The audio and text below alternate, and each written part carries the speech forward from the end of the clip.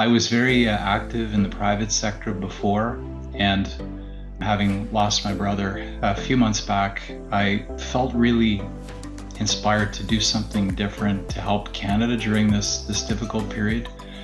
As the kind of new world order shapes itself out, I wanted to make sure that I could play a role in order to help Canada advance. And I had a stint with Invest Ottawa for almost 7 years, and I had the same feeling with the CANARIE role that I did with Invest Ottawa, which is one of helping Ottawa to try to achieve its full potential. I felt the market was slipping a little bit on the world stage, and had just a great run with a lot of great people during that period. And I'm feeling the same at CANARIE right now. And so far it's gone very, very well. Work with some really smart people.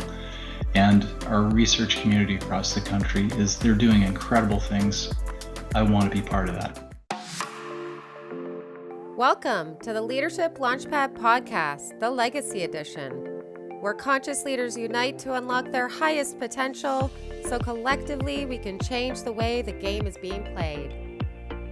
Welcome to the Leadership Launchpad Podcast, changing the way this game is being played. And we are so thrilled and honored to share with you. Tracey and I have one of our favorite guests coming in here today to talk shop with us, Mike Tremblay, for the first time on the LLP.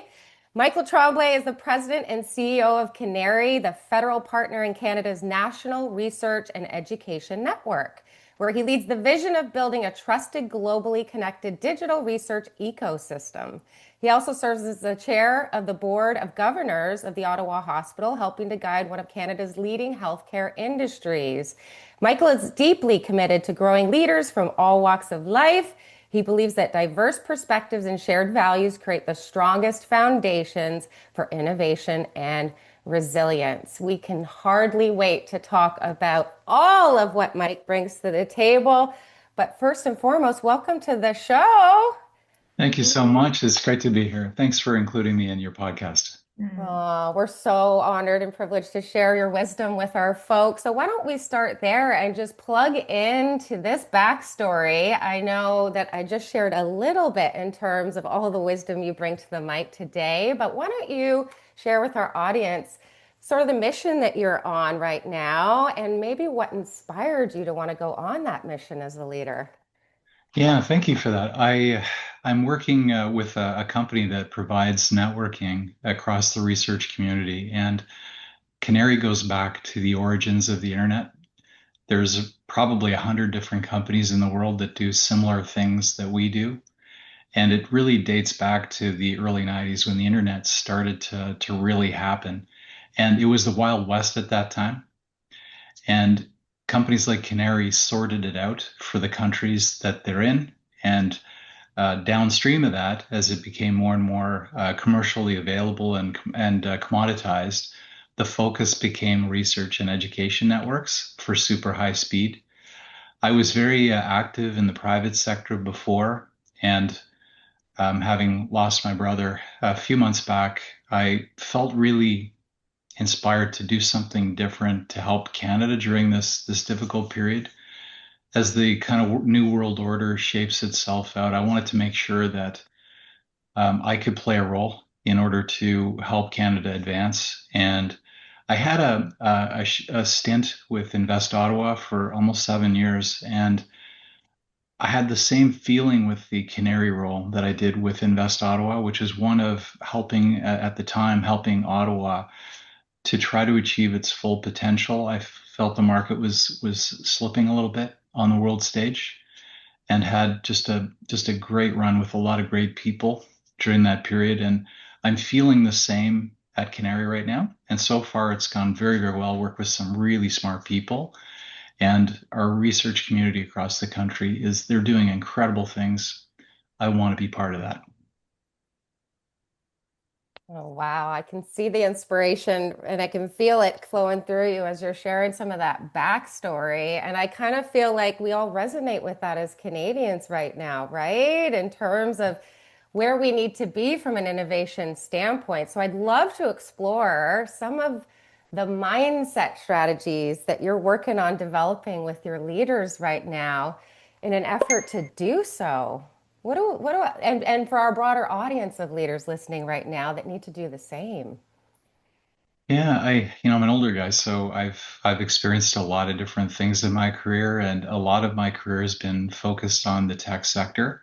Hmm. And anyone who's experienced that knows that it's one of those sectors that is constantly pivoting, changing, lots of stress all the time, but also the satisfaction of leaping tall buildings and delivering a lot of really, really cool advancements.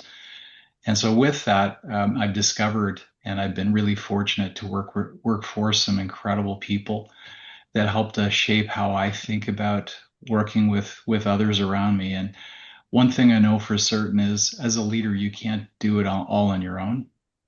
Despite how good you might think you are, there's no Hmm. question the team is the genius. And the moment as a leader you figure that part out, the better off you are. And so a lot of what I try to do as a leader, in fact, I'd say my primary goal is to create an environment where people can do their best work. And with that, look and spot talent within the organization, get behind it, help them to unlock their full potential. And it's incredible how much magic happens when you have trust in a workplace. And the opposite is true as well. When you don't have trust in a workplace, everything stops. It takes 50 steps to make simple things happen because no one trusts anyone and you just can't get the job done.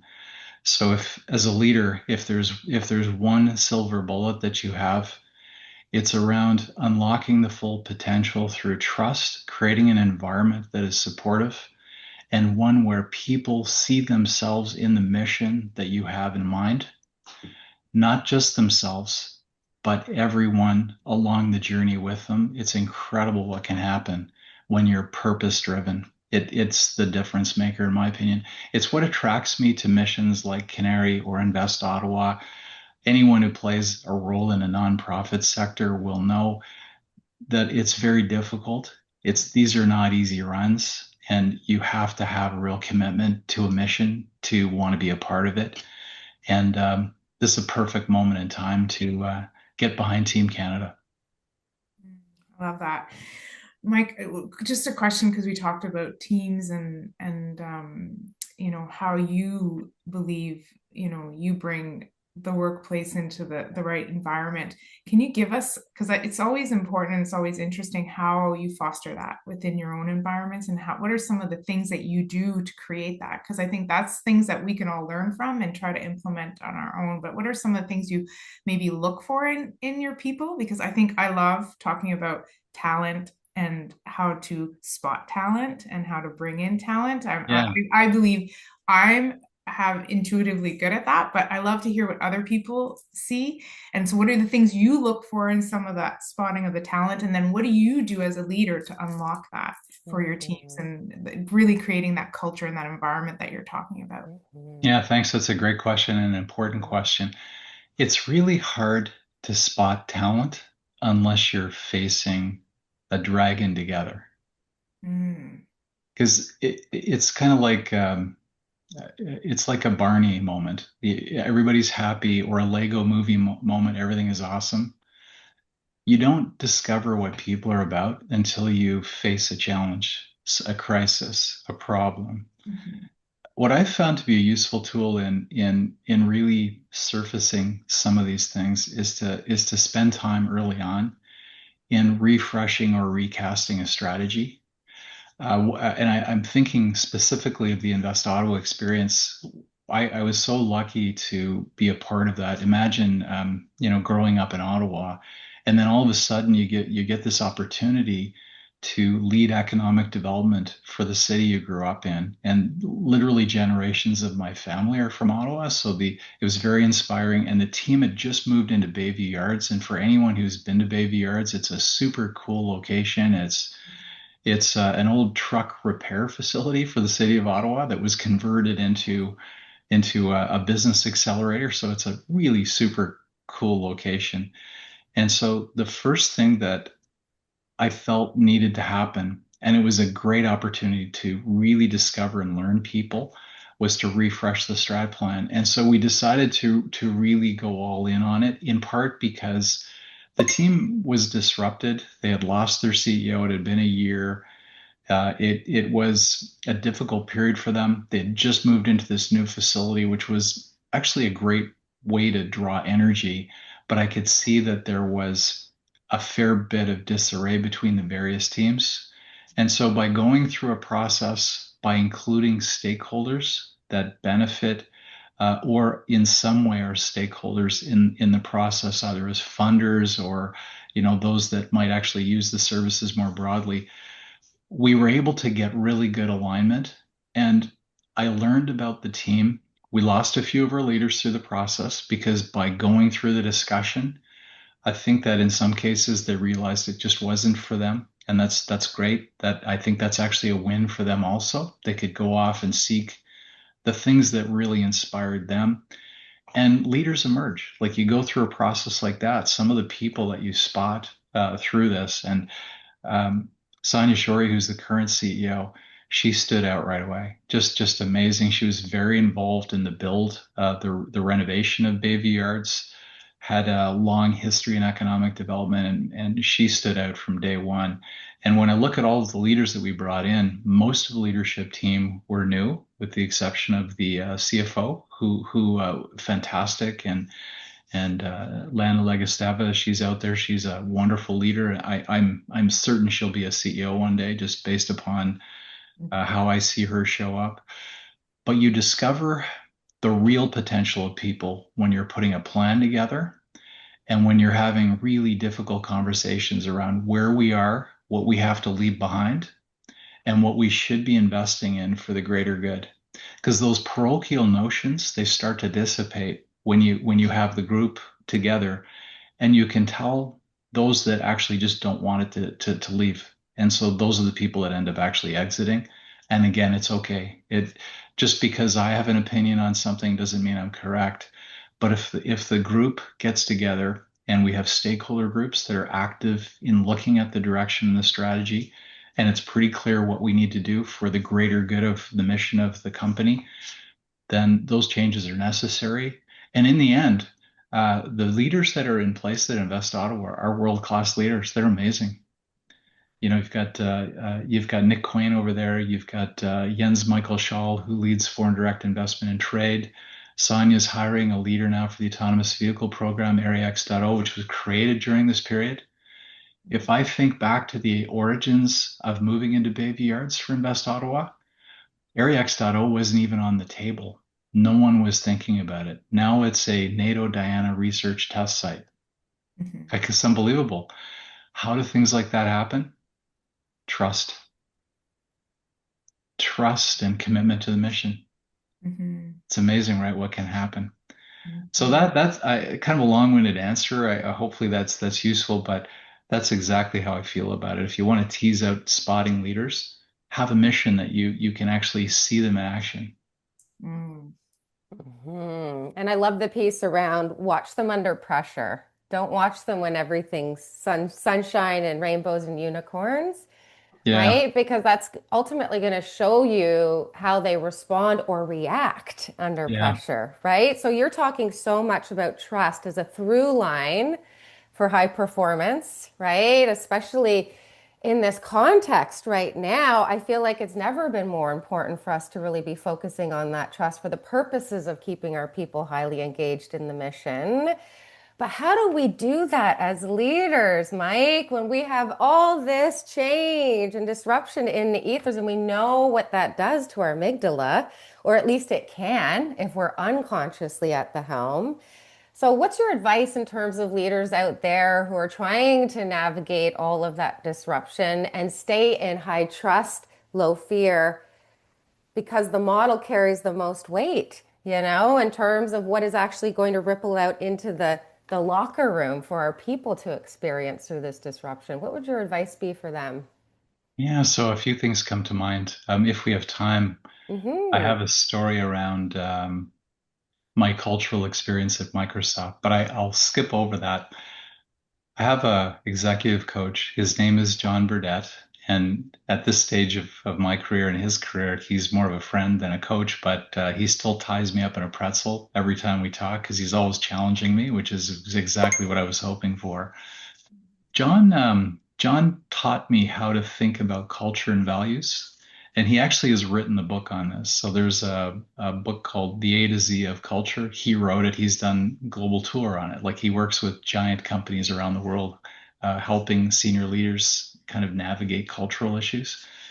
And one day he actually, I'll go straight to the Microsoft story because I think it actually pulls it all together. So John handed me a deck of cards, and it was an unusual deck of cards. There was 100 in there, and they were all cards that were specific questions around culture. And I remember it vividly. He started off by saying, Mike, okay, you're going to run through this today, and today you are Microsoft the person. So you are now personifying Microsoft. Answer the questions.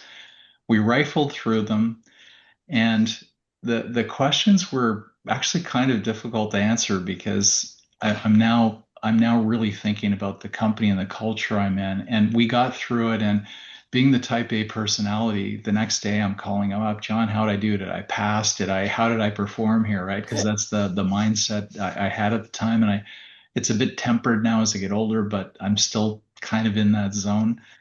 And he wouldn't answer me. And so a month goes by and he calls me up and he says, Mike, let's get back together. I want to meet with you. So I go see him and the cards come out again. So 100 cards, same questions. So Mike, you are now yourself.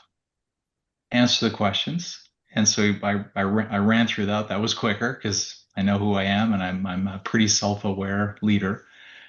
Next day he calls me up and says, Mike, you need to resign immediately. You're in the wrong company. If you and Microsoft were in a schoolyard, somebody wasn't leaving alive. Like it's not going to go well. Like it's really, really not going to go well. And it was that summer that I stuck around for a few months with it. It was that summer that there was a Vanity Fair article on Steve Ballmer, who was the CEO at the time. And Steve's amazing. Like I've done business calls with Steve. He's larger than life. This guy, he's amazing. He adopted the GE culture for really managing and driving performance. And, the focus is around kind of culling the herd every year. If there's 10 people in a work cell, the top one would walk away at the end of the year with a nice big bonus. The bottom two, it's likely that both of them are gone, but definitely one of them is going to be gone. And the other 7 or 8 are going to be kind of unhappy with whatever they got in their Christmas, gift box. And so Vanity Fair wrote this up, and to Steve's credit, he changed the strategy on how to performance manage. So instead of having every man, woman, and child against each other, there was a better alignment on how people would actually collaborate towards the end mission, which would be satisfying the clients most of the time directly through partners. But it was a really important pivot, and I ended up staying for another, I think, 9 years. So it was early enough in my tenure that I had to pause and really think about it. And John was right. I mean, there was not a good map between me as a leader and the company culture, and it wouldn't have ended well had there not been a culture change. So I'm glad that I stuck with it. If I pan that forward and more directly answer your question, how do you foster and build trust?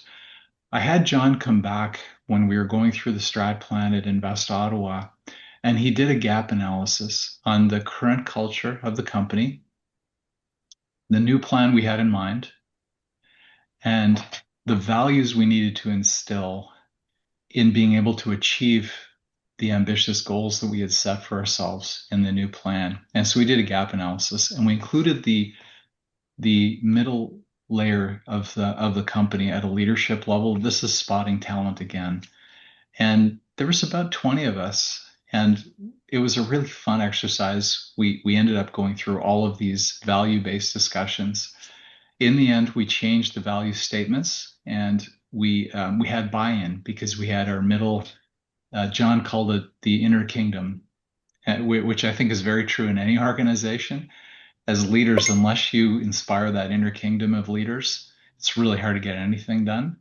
And so they saw the strategy, they understood the gap in what our culture was able to do and what values we needed to instill in the organization to achieve the goals that we had set up. And they were ambitious. Like, again, ARIX.O popped out of all of this later on, amongst other things. And it really had a huge impact. It instilled a lot of trust. And people had a better appreciation for what it is that we needed to do and how we need to show up differently in order to make those big, audacious goals happen. And when you're in a small team, like something like that really matters a lot. And so the final thing I'll say on that is, as a leader, you need to do an inventory of what the words are. Because if you can't see yourself showing up every day with those words, change the words. Because you're in a fishbowl as a leader and people are going to watch every move that you make. And if you put big, bold words up like curiosity as one of your values, which is one of the values at Invest Ottawa, and you're not like that, it's going to fall flat because it's going to be shallow and hollow. And you're not going to get out of the exercise. So don't even bother doing it. So I learned a lot from John. He's an amazing author and he's an inspiring leader. And he really helped me to see those things. And that was quite a while ago now, and I've been very fortunate to have him in my corner this whole time. Hopefully that helps with your question, kind of a roundabout story, but very real for me, and it's had an impact. I love it. I just want you to break down the inner kingdom for our folks. What is that concept all about? I have to ask as a coach myself. So here's the thing. Here's like such an important part of it. If you're in a company and you think that from your podium at the top, that if you have a meeting and you say a bunch of words, people are just going to do it. Kind of made a little revelation for everybody. If that's what you think, if that's how you think it's going to happen, it's not going to be a good week at the office, because guess what? Like 80% of them just walked away and say, yeah, he's not going to follow up on that. There's the lack of trust right there. Yeah, I'm busy. I've got my process. I'm comfortable with it. And I can be productive my way. If you're gonna drive adjustments, you got to bring people with you. And the most important people, the ones that observe the work, and you can't see what everybody's doing every day unless you have a team of maybe 25 to 40.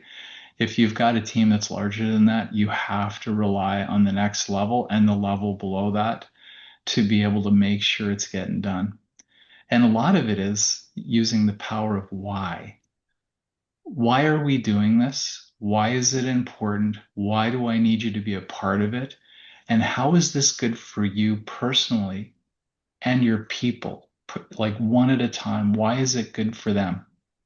We're rolling AI out right now at CANARIE, and I'm a massive user of AI. I have been for a few years, and AI is not a new concept, but the utility of the tools, it's so accessible now for everyone that it's really important for people to understand the power of it, and that it's not there to replace decision making from humans. Rather, it's there to act as an augment capability that helps you to be able to reason better and to make better decisions. And once people understand that, the better off they'll be. But we're rolling it across the organization, and people are kind of excited by this. Like, we're starting with the senior leadership team, we're going through all the training, and they're discovering the power of it. That can be scary too. Like, I understand a lot of sectors are going to be disrupted, but there's a reality here. These sectors are going to be disrupted. I'd rather be at the lead of it than behind the pack.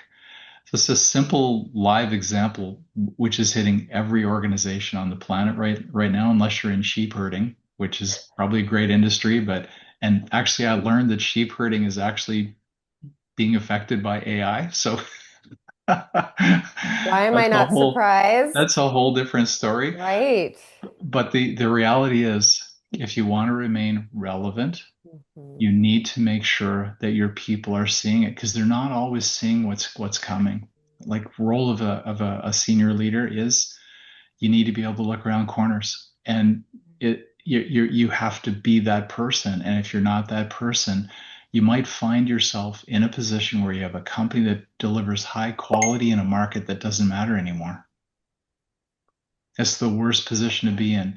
That leads to downsizing. That leads to basically just doing everything in your power just to stay afloat.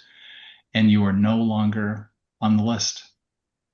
You're chasing it as opposed to leading it. There's no worse place to be. And as So, somebody who's leading that ecosystem, right, for the purposes of innovation and research across Canada right now, what are you seeing is coming down this pipeline in yeah. 2026 and beyond? What are your predictions? Yeah, there's a few things. So, one is we have an incredible company in Ottawa called Telesat. Telesat is probably 2 years away from delivering light speed. Light speed is a low Earth orbiting satellite technology, and I'm laser focused. And this is just one of many things that we're looking at, but laser focused on applying LEO's technologies to support northern communities, to support Canada's sovereignty of the north, and to open up markets. I mean, we've got this massive country. We have the economy of California, and we've got the landmass, which is bigger than Brazil. And that comes with challenges, but it comes with a ton of opportunity. Like the resources that we have as a country are massive. Telesat is actually in a really good position to open it up because their flavor of low Earth orbiting satellite is technology is very high speed. It's close to the Earth, so the latency is actually not bad. It's not fiber, but it's pretty close to fiber. And so I'm excited to work with them to support northern communities, in particular Indigenous communities, to be able to participate and engage. I'm also active with the Ottawa Hospital, and when I think about what the hospital can do, and you may be aware the Ottawa Hospital delivers services to patients from Nunavut, so we constantly have travel back and forth. Doctors going north, nurses going north, and patients coming south. High-speed networks actually enable a lot of things. And I was musing with one of the doctors the other day. They use Da Vinci robots at the Ottawa Hospital. So for those that have actually been patients where these robots have been applied, they allow very precise surgery to happen without the invasiveness of older surgical technologies, and which is called a scalpel. And these are really enabling. So the mind wanders. So you take a network that's high speed, you drop a Da Vinci surgical robot into an operating room in a Caluit, and you have a Mm-hmm. specialist driving the tool set from Ottawa that has done the same surgery 2,000 times, and it happens instantaneously. Now, what I'm saying is it happening today? No. AI is actually helping with that sector. Da Vinci robots can actually stitch up a patient without a human involved. So as the advancements happen, these opportunities open up, and it's only a matter of time before these kinds of technologies kind of shrink the size of the world and make it so much more accessible for people. What makes it all happen? Networks. You can't do it without a network. I know, Tracey, your business is in that as well, right? Like you're so laser focused on enabling the planet through networks, and sometimes we forget how important and how technologically advanced they are. And if they're working really well, you don't even know they're there. So part of my ambition is to make networks cool again by Mm-hmm. putting a spotlight on researchers that are generating massive value because the networks are there. That's a lot of what I'm trying to do. I love that. And I think it's so true, Mike, when you think about networks and you think about technology, we tend to think about the things that are the most prominent in everybody's life, which is the internet, which as a parent, I'm sure you have experienced this where you wish you could make it all go away so Yeah. your kids would go out and play.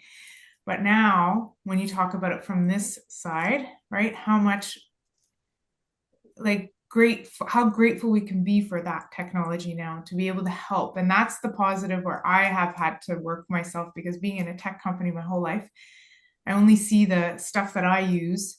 But when Yeah. I think about the capability it has to help others, like what you talk about, that's where you kind of get hooked on saying is we got to keep on this path, right? Because we will always use technology for the good or for the bad. It doesn't matter. That's a user experience, right? That makes those choices. But we have so much potential to change the world. And I think that's what keeps me so grounded in staying in tech, right?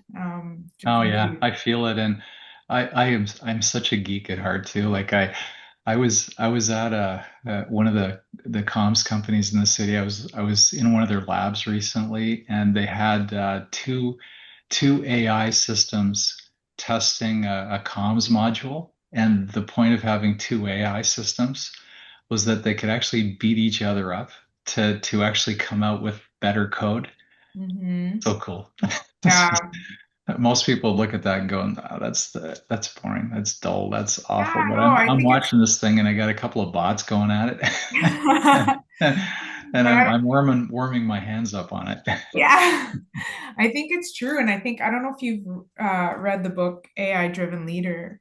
I think I've just finished that book, and I've actually been really kind of playing with AI myself, not probably at the level you're at, but I'm inspiring to make myself more capable and able to ask the right questions to be able to use it. I Yeah, see it powerfully in as a leader. I see it as a aspiring partner to help me come up with better ideas and hopefully get a bigger you have more information to access. So it's yeah, the information is, if you use it right, you can actually really kind of expand what you're thinking. And I find that really fascinating. And that's one of the things that, the goals I'm trying to bring inside my own organization is to be open to that and try to use it to help you come up with better ideas and drive better results for the team, right? I think it's super important. So I'm gonna have to take you offline on the AI stuff, because we're gonna have to. I love your support and get your ideas around how you're using it. So we'll do that a different there's day. one way to think about it. I took a course at Rotman's last year on organizational transformation using generative AI, and one of the profs actually was involved in writing a book called Power and Prediction. So one of the ways it's framed on how to think of generative AI, it's like having a team of graduate students, and none of them have any life or business experience. And so Uh, that's where you come in, right? Like you get to bring your experience of actually doing physical and leadership things, asking questions. Sometimes that graduate student's going to come back and it's a complete fail. Like it's just you totally didn't get it, you blew it, and your answer is dead wrong.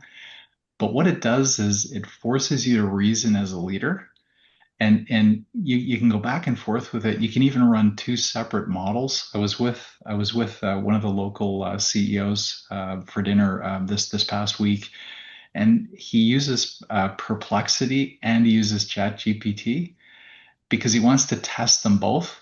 So he now has two teams of graduate students, both of which have no business or life experience, and he actually tests both models, and I find that really powerful. The other key thing I learned in this course was the book that was used at the center of this is called Power and Prediction. So generative AI models are all around statistical models, almost like anticipating what it is that you want to know. And it's a whole bunch of math that figures out what it is to send back to you. But there's a really important ingredient in generative AI, and that is the power side. So there's a regulatory piece of power that is still coming together. Like Canada does not have an AI Act like Europe has yet. There was one on the drafting table a year and a half ago. They're reworking it. I'm sure we'll get there. But at a company level, the power piece is knowing that generative AI can have a middle manager actually discover and learn things and reason things, gives that person the opportunity to make better decisions, quicker decisions. So it's putting a lot of pressure on companies to sort out how to rationalize that because of the source of content that comes back and how to apply it. If you're a CEO, ultimately you're responsible for every decision that happens in the organization. And so, to the point I was raising earlier, I rolled AI across the company because I want to open that up. I want to find a way to get every single person to be better skilled and able to be able to make decisions so we can distribute the load of decision making and be in a more agile company. And so a lot of time is being put into that. So in parallel with AI, we're running leadership programming. We have a plan on the drafting table right now to roll with our top leaders because I want to have both available so we can drive better decision making, be way more agile, so that those teams in Iqaluit are going to get their network faster because we're smarter about how we make it happen. It really is that simple and that complicated. So it's Love that.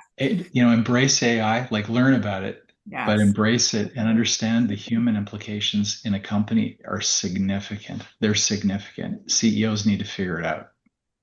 That's where I think we want to land this plane, right? Trace is like, obviously, we need to be doubling down on our AI education and empowerment around utilizing it strategically for the purposes of our missions in the world.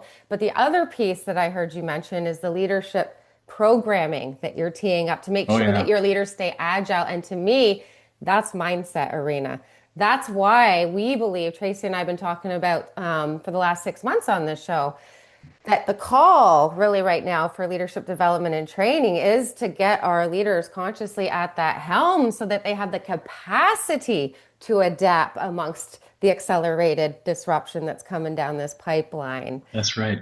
Right. So I think that's the final piece of the equation. What is your recommendations to all of those leaders out or leaders or CEOs of organizations right now in regards to that element of really doubling down on the development of their leaders from a mindset perspective as well? Because I feel like this is also something that we're really trying to spread the ripple effect on, is just how requisite it's going to be for us to be able to have those strategies from a mindset perspective. Do you want to say a little Yeah. piece about that for us, Mike? Yeah, so it starts with having a plan that you've taken the time to establish and that your team is a part of it. So they really do feel connected to it. And that integral to that plan is a commitment to investing in the development of people. My personal goal at CANARIE, and I've had this with other companies that I've been at, is to teach people how to learn.